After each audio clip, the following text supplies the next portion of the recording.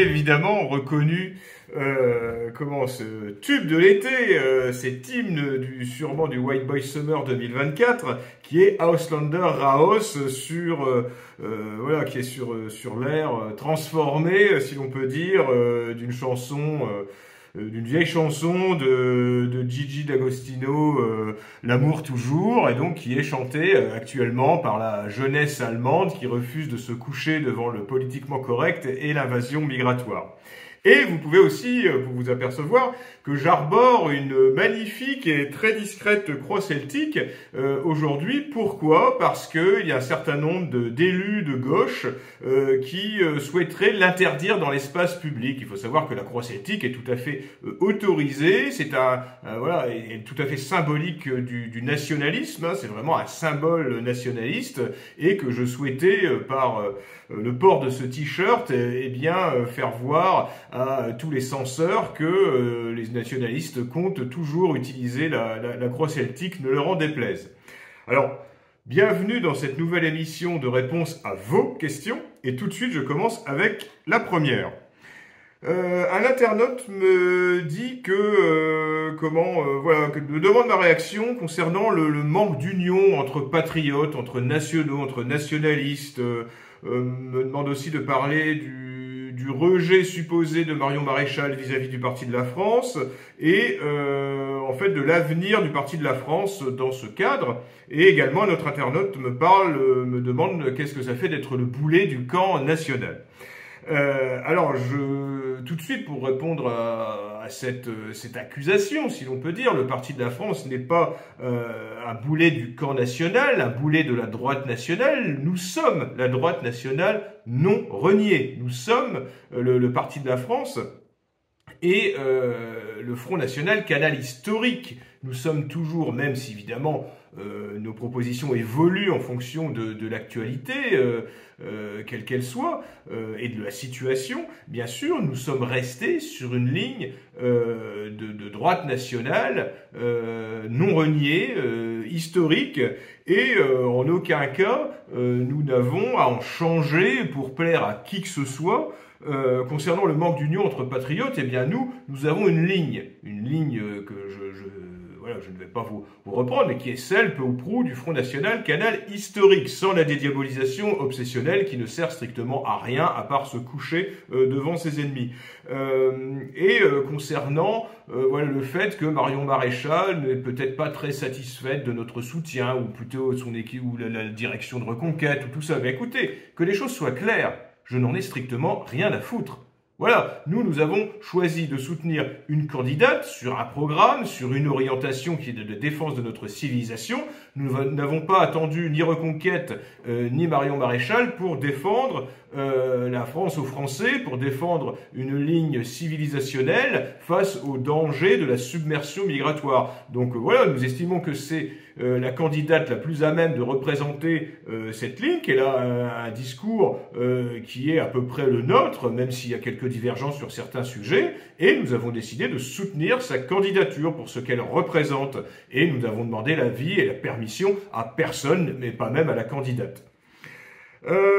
Êtes-vous pour ou contre l'abattage rituel en France? Alors je sais pourquoi on me pose cette question, parce que il y a quelques jours, Sarah Knafo, qui est troisième de liste sur la liste de Marion Maréchal, a eu l'excellente idée de faire une interview absolument calamiteuse aux médias I24 où elle dit que Reconquête est favorable à la liberté de culte et donc à l'abattage rituel tant halal que kasher. Évidemment, si elle voulait plomber la campagne de Marion Maréchal, elle ne pouvait pas mieux s'y prendre. C'est absolument lamentable quand on prétend être sur une liste défendant notre civilisation, tant française qu'européenne. L'abattage rituel, qu'il soit kasher ou qu'il soit halal, n'a rien à faire en France, n'a rien à faire en Europe. Donc voilà, si Madame Kenafo veut manger kasher, eh ben elle peut très bien aller manger kasher en Israël. Ou si elle veut manger halal, qu'elle aille manger halal dans un pays musulman. Mais la France n'est pas un pays où il y a l'habitude de sacrifier les animaux de boucherie d'une manière rituelle. Donc nous estimons que évidemment il faut interdire cet abattage barbare qui n'a rien à voir avec notre culture. Toujours en rapport avec cette fameuse interview, on me demande si la France devrait reconnaître Jérusalem comme capitale d'Israël. Je ne vois pas pourquoi Jérusalem, qui est une ville, on va dire, partagée, qui représente qui est un symbole religieux tant pour les Israélites que pour les musulmans, que pour les chrétiens. Donc je pense que nous, en tant que nation chrétienne, nous n'avons pas à souhaiter qu'elle devienne la capitale d'un État qui n'est pas chrétien. Donc je ne vois pas pourquoi il faudrait se prononcer et surtout reconnaître Jérusalem comme capitale d'Israël pour faire plaisir à un pays étranger. Et évidemment, Madame Knafo est tout à fait favorable à cela. Donc il faudrait lui rappeler, comme je l'ai dit dans un tweet, qu'elle est candidate au Parlement européen et non à la Knesset. Peut-être qu'elle s'est trompée, peut-être qu'elle a confondu, et ce serait bien que quelqu'un lui dise. Alors, pour ou contre un cessez-le-feu à Gaza et en Ukraine? Évidemment, le Parti de la France est favorable à ce que des conflits sanglants, en particulier, je dirais au Proche-Orient, où les civils sont touchés, sont très graves, sont vraiment, on va dire, au milieu des bombardements. Évidemment que nous sommes favorables à ce que cela cesse. En revanche, je ne vois pas pour quelle raison la France devrait s'impliquer dans ce conflit étranger. Apparemment, que ce soit même au sein du camp national, il faut absolument hystériser le sujet, il faut absolument prendre parti pour un camp ou pour un autre, on est qualifié de traître si l'on ne prend pas parti pour les Palestiniens, on est considéré comme un traître si on ne prend pas parti pour les Israéliens, enfin voilà, pour un camp ou pour un autre. C'est complètement inepte. La France n'a pas à prendre parti dans ce conflit. Je l'ai déjà expliqué plusieurs fois. Et le Parti de la France a cette ligne traditionnelle qui est de ne pas prendre parti et de pourquoi pas être un acteur des négociations, même si c'est lointain, même si ça ne nous concerne pas. Eh bien, la France, si elle avait de nouveau un statut d'importance sur la scène internationale, eh bien, la France pourrait peut-être participer à des pourparlers de paix, pourquoi pas. Mais encore faudrait-il que les deux parties le souhaitent, et c'est un conflit inextricable. Voilà, et on assiste malheureusement à de gros dégâts collatéraux, si je puis dire, et les civils trinquent en particulier palestiniens. Donc c'est une situation complexe, compliquée, dans laquelle nous, Français, nous, Européens, n'avons pas intérêt à prendre parti, à nous mêler. Concernant l'Ukraine, depuis le début, le Parti de la France est favorable à une paix le plus rapide possible. C'est tout à fait déplorable, quelles que soient les responsabilités des uns et des autres, que ce soit du côté ukrainien, que ce soit du côté russe, que ce soit du côté des fauteurs de guerre, que sont l'OTAN, la CIA, les États-Unis. Je pense qu'il faut que ça s'arrête au plus vite. C'est un carnage, c'est une boucherie, ça contribue à affaiblir les peuples engagés, ça contribue à affaiblir l'Europe, ça contribue à affaiblir la civilisation occidentale, et il serait normal, plutôt que de faire le va-t-en-guerre permanent, que le président de la République cherche des solutions de paix. Mais là, pas du tout. On vous dit, par exemple, l'Union européenne, c'est la paix. Bien au contraire, l'Union européenne, en tout cas avec ses dirigeants actuels, l'Union européenne jette de l'huile sur le feu, est en permanence en mode de provocation avec la Russie. Voilà, c'est même dangereux de s'en prendre à une grande puissance nucléaire comme la Russie, avec une arrogance inimaginable, et surtout sans demander l'avis des peuples. C'est-à-dire que M. Macron engage la France régulièrement dans des déclarations guerrières, alors que les Français n'ont pas été consultés sur le sujet, ni même véritablement les représentants du peuple français au Parlement. Donc c'est-à-dire que M. Macron, de par sa propre personne, met en danger notre pays, même si évidemment, ça, il n'y a que Valérie Hayé pour le croire, qui fait sa campagne là-dessus, en disant que les chars russes vont défiler sur les Champs-Élysées si l'Ukraine devait subir une défaite militaire dans ce conflit. Donc voilà, là c'est complètement dingue de faire une campagne politique là-dessus. Personne n'y croit, à part peut-être quelques boomers qui sont restés coincés dans la guerre froide. Mais voilà, c'est inepte, ça n'a aucun sens de faire croire que Vladimir Poutine veut faire défiler les chars russes sur les Champs-Élysées. Ça n'a aucun sens. Donc, naturellement, nous sommes pour une solution rapide de paix et de fin des combats dans cette zone, en Ukraine. Ça fait déjà trop longtemps que cela dure et il y a eu beaucoup trop de vies humaines qui ont été perdues dans ce conflit. Est-il possible de réformer l'Union européenne? Alors, je vais répondre très brièvement. Je vais renvoyer l'internaute qui a posé cette question sur les précédentes vidéos de réponse aux questions, parce que je ne vais pas systématiquement répondre aux mêmes questions. Moi, ce que je dirais, c'est qu'en général, les obsédés du Frexit vous disent « l'Union européenne n'est pas réformable ». Voilà, ils ne vous disent pas pourquoi. Ils ne se posent pas la question de savoir si ça a déjà été tenté, c'est-à-dire que personne n'a essayé, mais ils vous disent sur un ton péremptoire, l'Union européenne n'est pas réformable. Voilà, c'est tout, c'est comme ça. Bah, pourquoi? Pourquoi elle ne serait pas réformable? La politique, c'est un rapport de force. La politique, voilà, c'est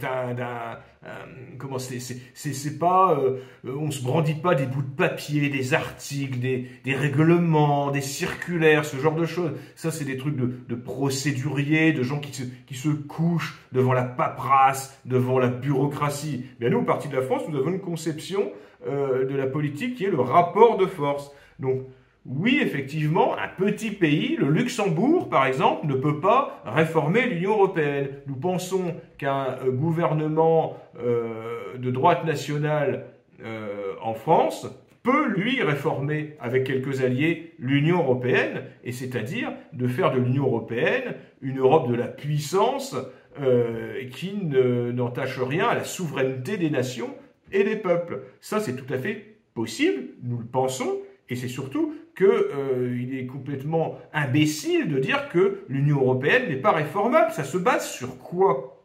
Qui a tenté? Qui a essayé de le faire? On n'a pas essayé de le faire, on dit « Ah bah c'est impossible ». Évidemment, si tous nos ancêtres avaient dit « Mais non, ça c'est pas possible », on en serait peut-être encore à l'âge de pierre. Voilà, c'est pourquoi nous estimons qu'il n'y a aucun intérêt, en tout cas que le Frexit n'est pas une formule magique. Il y a bien d'autres choses à réformer, à changer, plutôt qu'à voilà, sortir de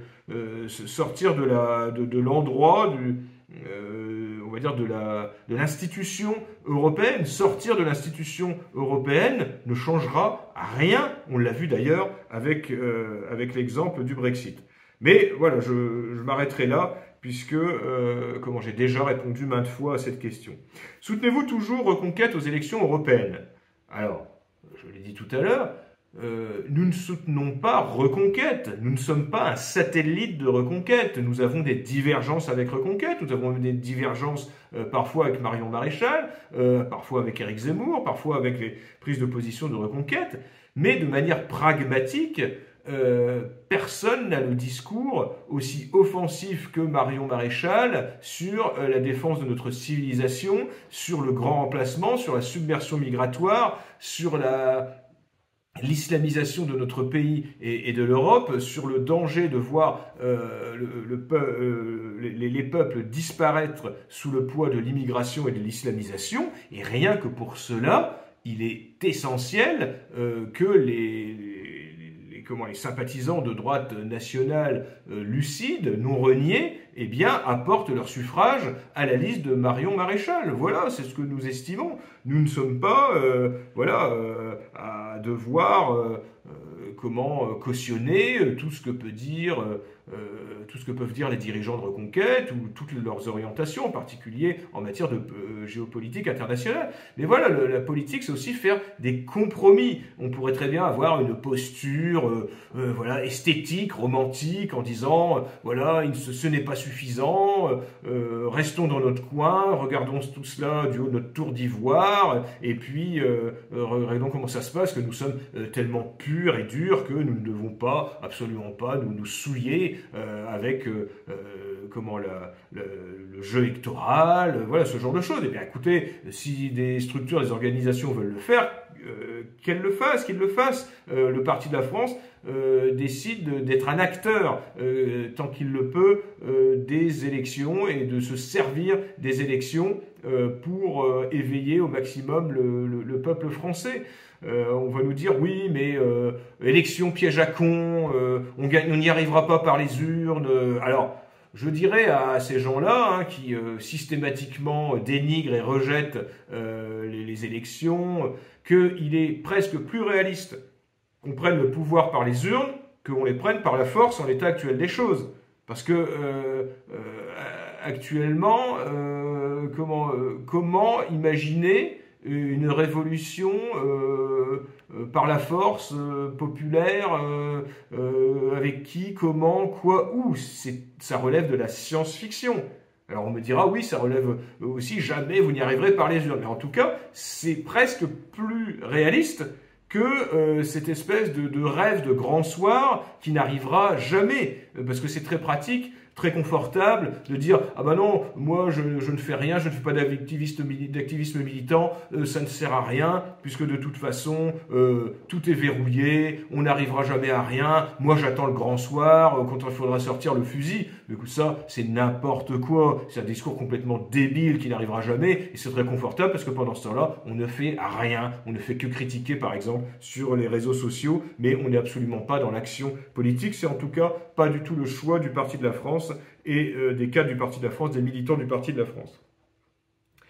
Alors, autre sujet, concernant la remigration, on me demande si le Parti de la France est favorable à une remigration humaniste en première classe ou alors dans des charters Ryanair, style Ryanair Rwanda. Bon, je l'ai déjà dit, mais la politique c'est l'art de la répétition. Nous pensons que le simple fait d'établir une législation qui ne permet pas aux étrangers de profiter de toutes les aides sociales, de tous les avantages sociaux dont ils bénéficient actuellement, fera que la remigration, dans sa grande majorité, se fera de manière volontaire. C'est-à-dire que nous n'aurons pas besoin je pense, d'enchaîner des gens et de les mettre de force dans des avions. C'est-à-dire que je pense que les immigrés extra-européens qui ne seront plus désirables en France le comprendront du simple fait qu'ils n'auront plus droit à rien. Et vu qu'ils n'auront plus droit à rien, eh bien, ils s'en iront. Comme disait la vieille affiche du Front National, quand nous arriverons, ils partiront. Et je pense qu'ils partiront d'eux-mêmes. Il y aura un départ volontaire massif des extra-européens qui sauront d'eux-mêmes qu'ils n'ont plus leur place en France. D'ailleurs, ils ne l'ont jamais eu, puisqu'ils ont toujours refusé, enfin, je parle pour ceux qui ont toujours refusé de se fondre dans la communauté nationale, dans nos coutumes, nos us et coutumes, d'épouser les valeurs de notre civilisation. Eh bien, tous ces gens-là partiront. Pourquoi? Parce qu'ils savent très bien qu'ils n'auront plus aucun intérêt à rester dans notre pays. Et si quelques-uns résistent, eh bien, ils seront neutralisés par la force et expulsés par la force. Voilà, c'est tout. Mais je ne pense pas que ça arrivera. Il y aura peut-être plus de difficultés avec les salles gauchistes qui voudront empêcher l'État national de procéder à la remigration.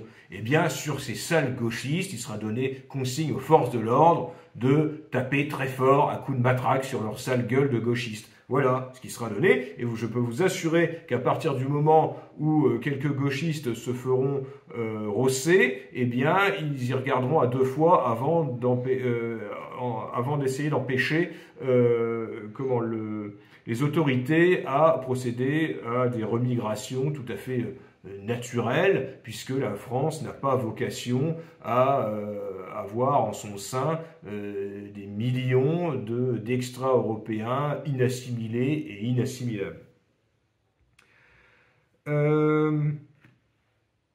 Pensez-vous que si le Rassemblement national gagne les prochaines élections présidentielles, il persécutera les mouvements nationalistes?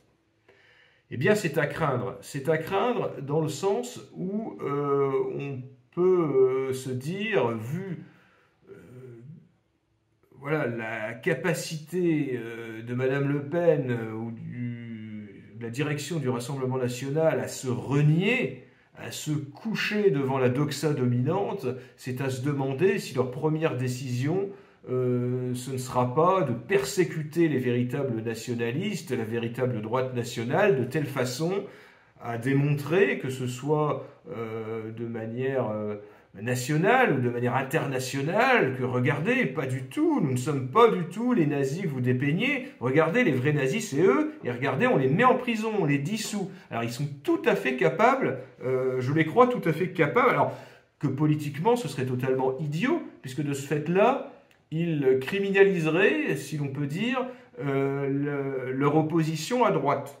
Ce qui ferait qu'ils seraient toujours les plus à droite sur l'échiquier politique. Alors, est-ce que Marine Le Pen aurait l'intelligence de comprendre ça, qu'il est toujours, que quand on est au pouvoir, il est toujours intéressant d'avoir une opposition et à sa gauche et à sa droite? Je ne suis pas du tout certain que cette bonne femme qui assez souvent fait les mauvais choix, soit en mesure de le comprendre. Madame Le Pen est une hystérique et ce serait tout à fait possible qu'elle décide, quelques semaines après avoir été élue présidente de la République, de dissoudre un certain nombre d'organisations nationalistes ou de se faire plaisir en demandant la dissolution du Parti de la France, par exemple. Mais voilà, il y a deux possibilités. Est-ce que des conseillers suffisamment lucides lui diraient que ce ne serait pas forcément une bonne idée de rendre illégale son opposition à droite?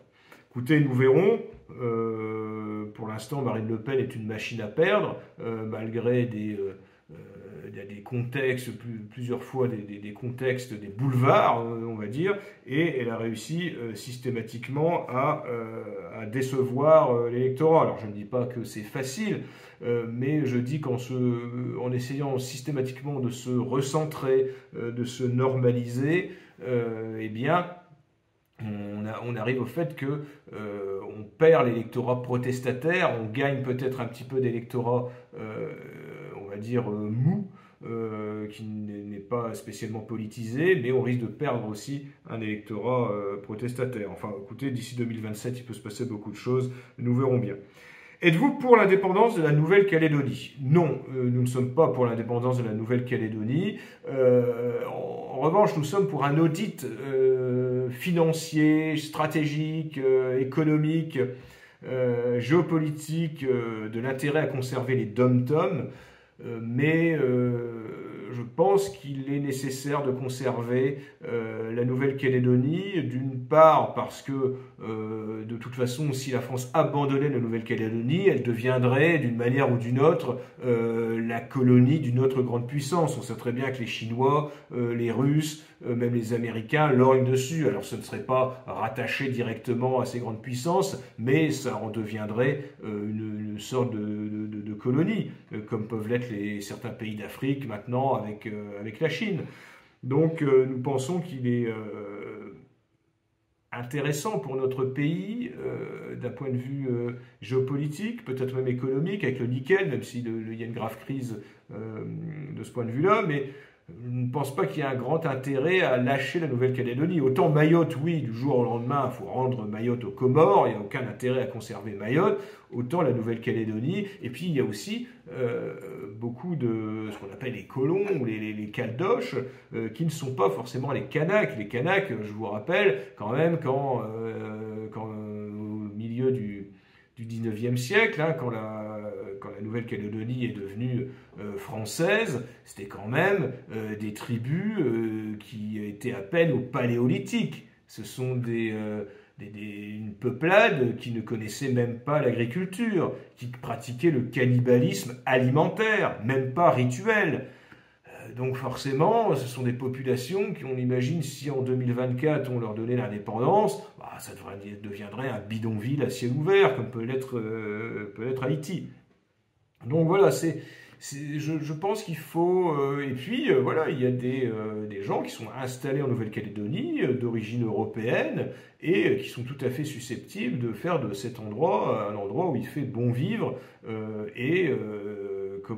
je pense que même pour les Kanaks, c'est une aubaine, justement, d'appartenir à la France plutôt que d'être un pays du tiers-monde où ils pourraient revenir à un âge pas si lointain que cela, où ils avaient de grosses difficultés, on va dire, par rapport aux autres civilisations.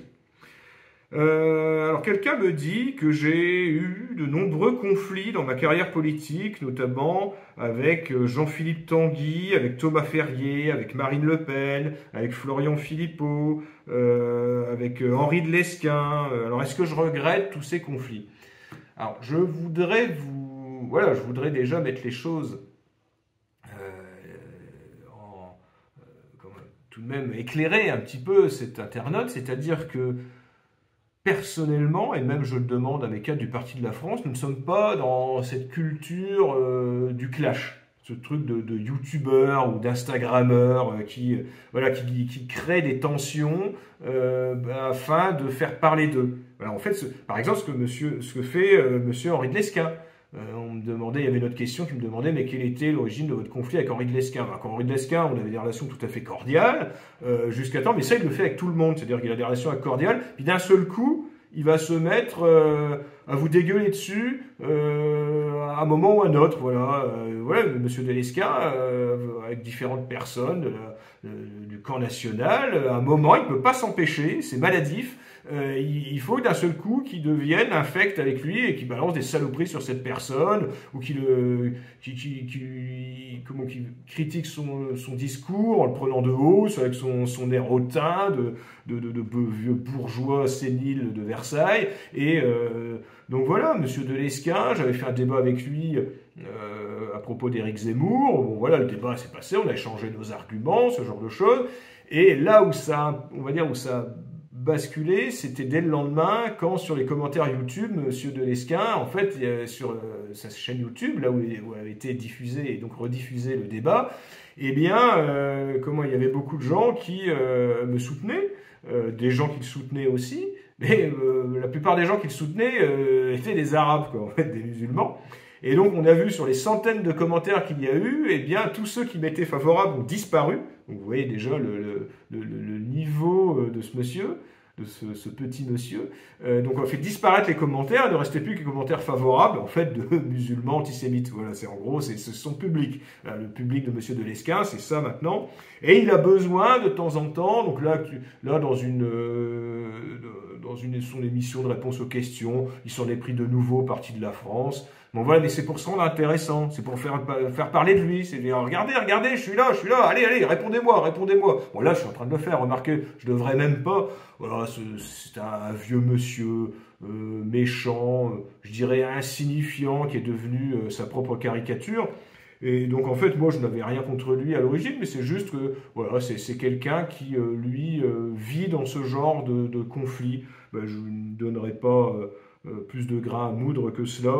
Je me fous complètement de ce que dit, de ce que pense ou de ce que fait Henri de Lesquen, comme beaucoup de Français d'ailleurs, qui se concentrent sur son public d'Arabes et puis qui nous lâche la grappe. Ensuite, concernant les autres, en fait, ce sont des gens qui se sont pris soit à moi, en tant que président du Parti de la France, ou secrétaire général du Parti de la France, ou soit au Parti de la France. En fait, ces espèces de conflits de personnes, si l'on peut dire, ne viennent jamais du Parti de la France. Ou de moi-même, c'est-à-dire que jamais je fais une vidéo en disant tiens, je vais agresser un tel du camp national. À chaque fois, ce sont des réponses parce que des gens ont eu un comportement ou des propos particulièrement désagréables, souvent calomnieux à l'égard du Parti de la France. Alors, voilà, nous n'allons pas tendre l'autre joue, nous allons répondre, ça fait partie du jeu politique, mais c'est vrai que quand ça reste dans le camp national, eh bien, nous estimons que c'est contre-productif, en particulier voilà, pour tous les patriotes, tous les nationaux. Je sais très bien, j'ai été militant et j'ai toujours eu horreur de voir s'entre-déchirer des gens de mon propre camp. Donc nous essayons de le faire très peu, mais à partir du moment où on nous insulte, eh bien nous répondons. Oui, nous répondons. Ça a pu arriver, notamment avec M. Jean-Philippe Tanguy. Mais enfin, avec M. Tanguy, j'ai pas du tout l'impression d'être dans le même camp. Voilà, on n'a pas les mêmes orientations, ni politiques, ni... on va dire affective ni personnelle, hein, si vous voyez ce que je veux dire.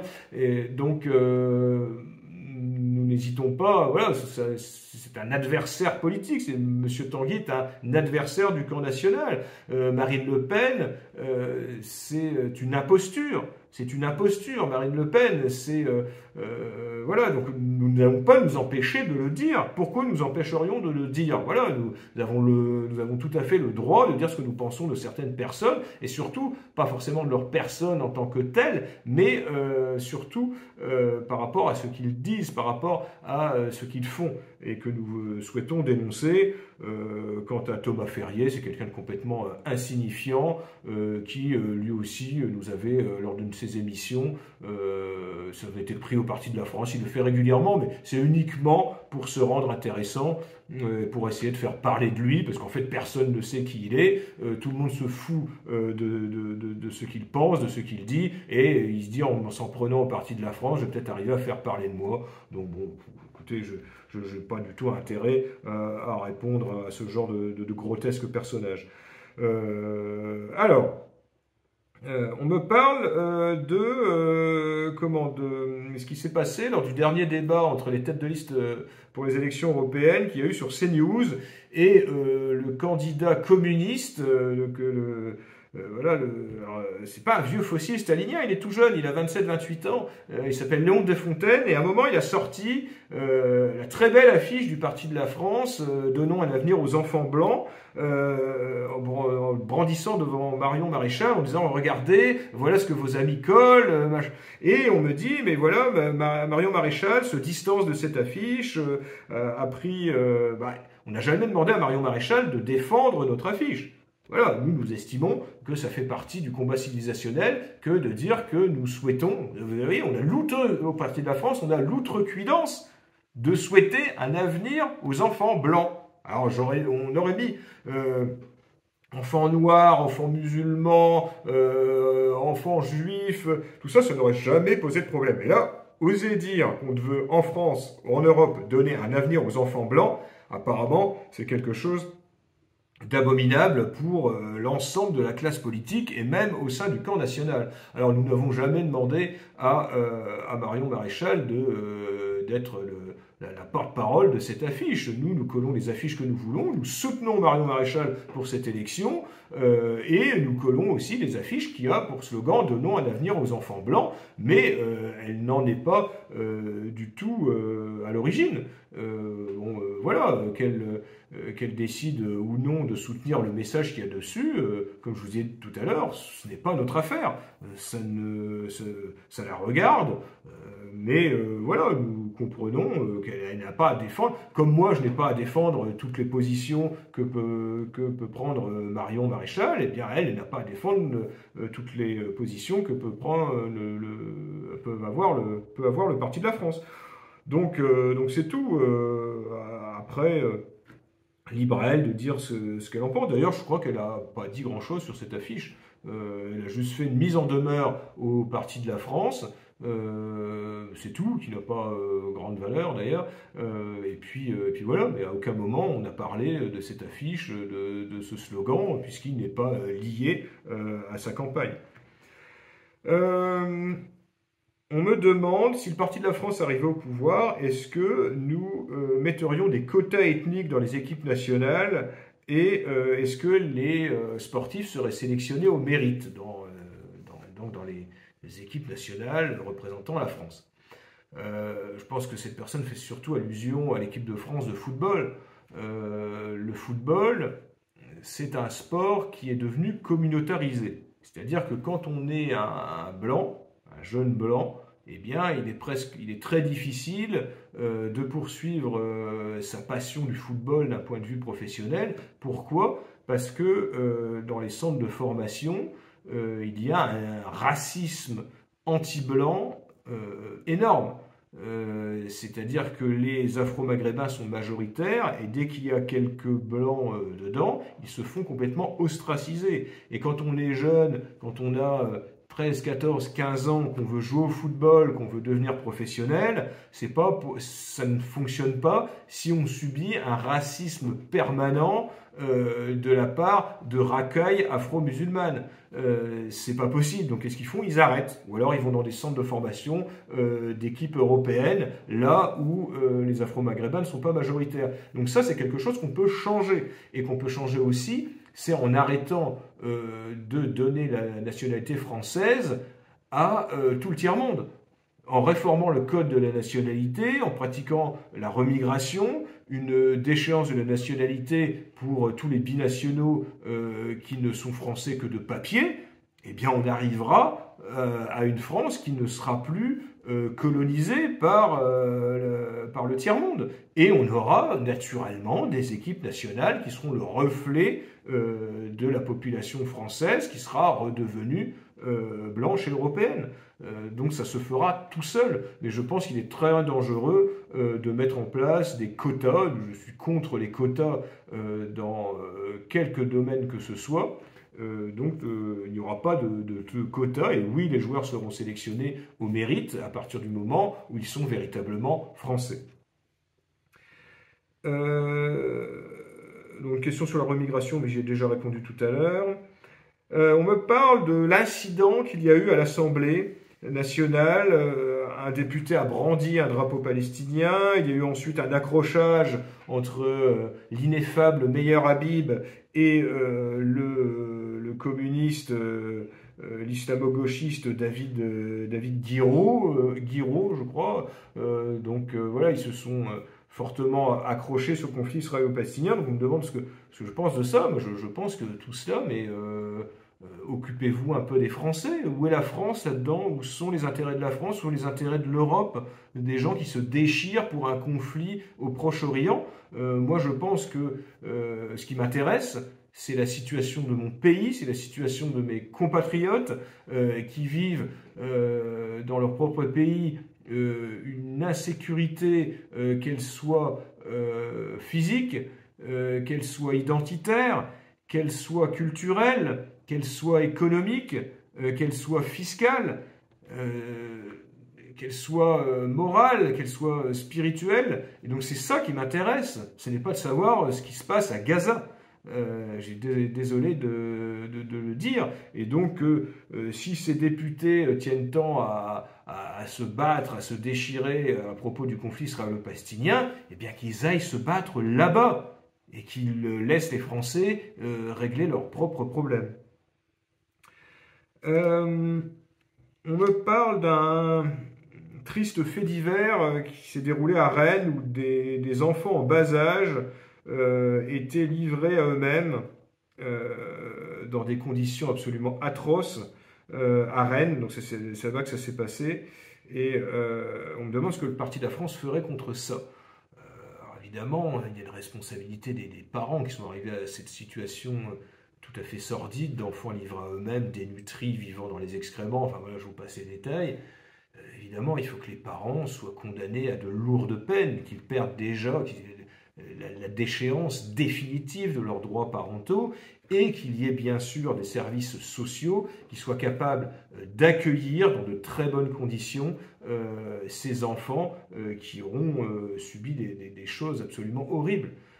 Évidemment, ce n'est pas parce que nous souhaitons voilà, réduire les dépenses de l'État qu'il n'y aura que les services de l'enfance pâtiront de cette politique de réduction drastique des dépenses sociales que nous souhaitons mettre en place. C'est très important que les enfants, les plus tous ceux qui sont les plus vulnérables, bénéficient d'une aide publique et d'un accueil, de structures d'accueil et d'aide afin de les réinsérer dans la société et qu'ils puissent avoir une vie normale. Donc bien sûr, mais vous savez, tous les services sociaux à l'enfance sont aussi victimes de l'immigration, sont victimes de ces soi-disant migrants, mineurs isolés qui bénéficient de places dans toutes les structures destinées aux mineurs, qu'il y a beaucoup de racailles aussi dans ces structures qui font la loi. Et donc à partir du moment où nous réglerons le problème de l'immigration, que nous aurons mis en place une remigration massive de toutes ces populations,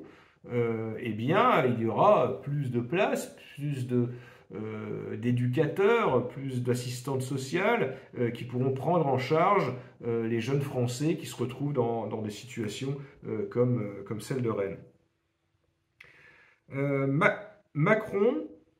Emmanuel Macron est-il le pire président que la France ait connu? Alors, on est toujours tenté de le croire, et à chaque fois on se dit, de toute façon, le prochain ne pourra pas faire pire.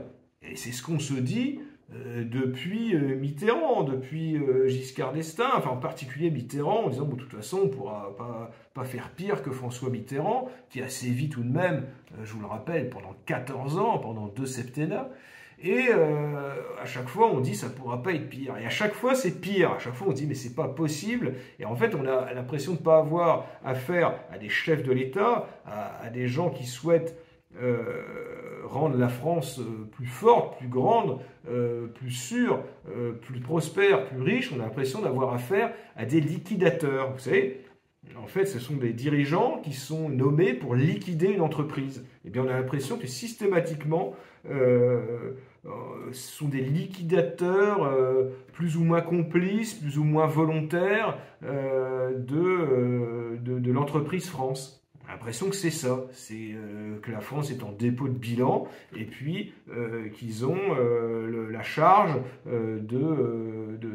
voilà, de tout détruire, de tout démolir, de tout liquider. Donc voilà, je ne pourrais pas dire que Emmanuel Macron est le pire président de la Ve République, puisqu'on ne sait pas ce qui nous attend avec le prochain.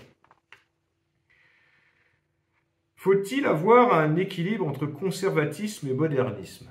Alors oui, je suis tout à fait d'accord. Le conservatisme, si on peut employer ce mot, n'est pas l'immobilisme, n'est pas le refus du progrès, le refus de vivre avec son époque.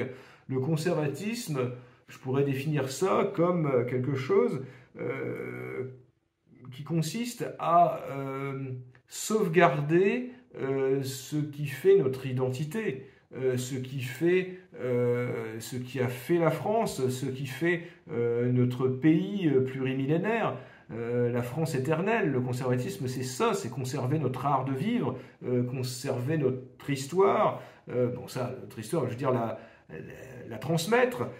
C'est tout cela pour moi le conservatisme, mais tout en étant conscient de l'époque dans laquelle on vit. Voilà, pour moi, le conservatisme, c'est pas du jour au lendemain interdire Internet, interdire les téléphones portables, revenir au transport à cheval. Voilà, non, ça, c'est pas le conservatisme. Ça, c'est l'obscurantisme. C'est voilà, il ne s'agit pas d'être arriéré. Il s'agit de vivre avec son époque, mais il ne s'agit pas non plus de jeter aux orties tout ce que nous avons construit jusqu'alors et oublier qui on est et d'où on vient.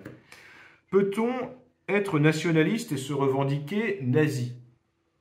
Alors, nazi, c'est national-socialiste, mais voilà, se revendiquer nazi en 2024, c'est complètement anachronique. Voilà, le nazisme est mort en 1945, qu'on le regrette ou non, mais c'est ainsi. Voilà, et donc je pense que c'est surtout qu'il ne faut pas avoir peur d'être nationaliste parce que nos adversaires politiques vont nous traiter de nazis. De toute façon, on est toujours le nazi de quelqu'un. Vous voyez, dans le conflit russo-ukrainien, ils se traitent l'un et l'autre de nazis. Hein. Donc voilà, c'est devenu l'insulte. Hein. Tout le monde se traite de nazis, les uns et les autres. Vous êtes des nazis, vous êtes voilà, des suppôts d'Hitler.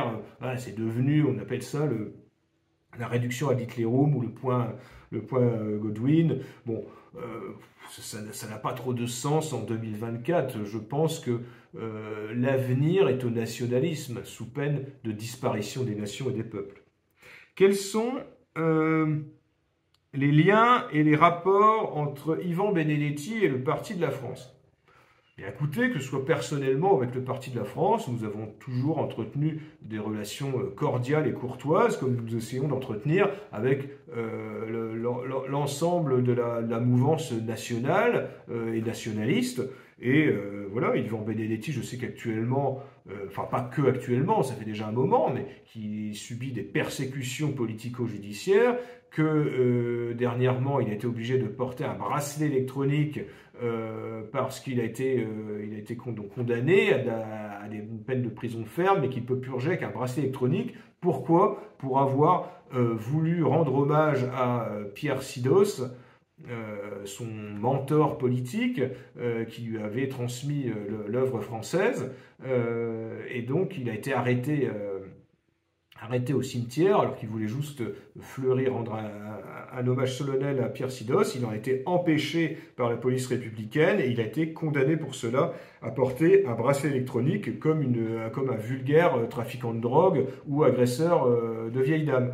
Donc voilà, et c'est pour ça que nous avons cette semaine apporté le soutien du Parti de la France, tant à Ivan Benedetti qu'à Jérôme Bourbon, qui lui aussi a subi les foudres de la justice politique. Quelles sont les propositions du Parti de la France pour réduire la pauvreté en France, en particulier les travailleurs pauvres? Alors, je pense qu'il faut rendre aux actifs le fruit de leur travail. Actuellement, pèse sur les actifs tout le poids de l'assistanat et de l'immigration. Nous vivons dans un régime socialiste, néo-communisme, qui fait que malheureusement les actifs sont, on va dire, des pauvres comme les autres, que l'assistanat fait que le travail n'est plus forcément une priorité pour beaucoup de Français et d'étrangers, puisque les aides sociales d'assistanat correspondent presque, ou dans certains cas, voire même sont plus élevées que le SMIC, qu'un salaire, que les bas salaires. Ça, c'est tout à fait anormal, tout à fait scandaleux. Et dans le cadre voilà, d'une réforme globale, d'une politique totalement différente de l'État, en tout cas que le Parti de la France pratiquerait, et je reviens toujours, c'est-à-dire qu'on ne peut rien régler sans régler le problème de l'immigration. À partir du moment où, dans les dépenses publiques, aura disparu le poids de l'assistanat de l'immigration, eh bien ce sera un bol d'air économique énorme. Ensuite, il faudra remettre les Français au travail. Tous ces Français qui se sont vautrés dans l'assistanat qui a été mis en place ces dernières décennies, eh bien pour gagner leur vie, ils devront travailler. Mais en travaillant, ils gagneront mieux leur vie. C'est-à-dire qu'il y aura une forte différence entre ceux qui vivront des minima sociaux et ceux qui travailleront.